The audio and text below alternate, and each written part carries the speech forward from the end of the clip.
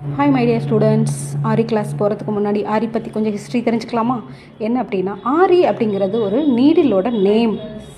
முதல்ல 12ஆம் நூற்றாண்டில் குஜராத் மாநிலத்தில் செருப்பு தைக்கும் தொழிலாளிகள் தான் இதை கண்டுபிடிச்சாங்க.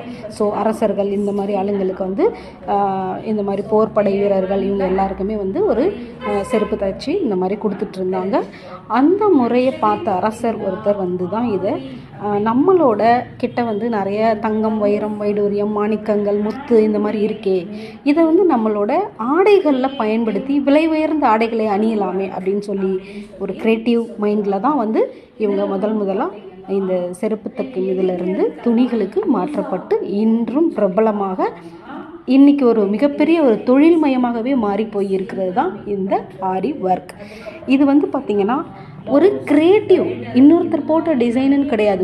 ஒருத்தருக்கும் ஒரு விதமான க்ரியேட்டிவ் உருவாக்கக்கூடிய திறனையும் இதையும் கொடுத்து இன்றைக்கி பல தொழிலாளிகளை உருவாக்கி ஒரு நல்ல லைஃப் ஸ்டைலை கொடுத்துட்ருக்கிறது இந்த ஆரி ஒர்க். அப்படிப்பட்ட ஆரியை தான் நீங்களும் இன்றைக்கி இங்கே கற்றுக்க வந்திருக்கீங்க.